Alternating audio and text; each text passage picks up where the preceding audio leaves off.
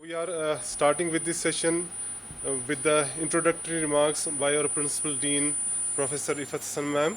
Today's topic, which will be dwelt upon by our guest speaker, India's preparedness for cervical cancer elimination program, is very pertinent, and I'm sure the deliberations that will be done in this guest lecture will prove very useful to all the participants who are visiting, who are attending this lecture offline and online. My focus, the presentation focus is I'm focusing on disease overview, what are the screening methods and what are the recommendations, how we can contain this disease. As Madam has already mentioned that WHO has given us three-pillar approach, but before we get into the cervical cancer, it's a topmost cancer in the country.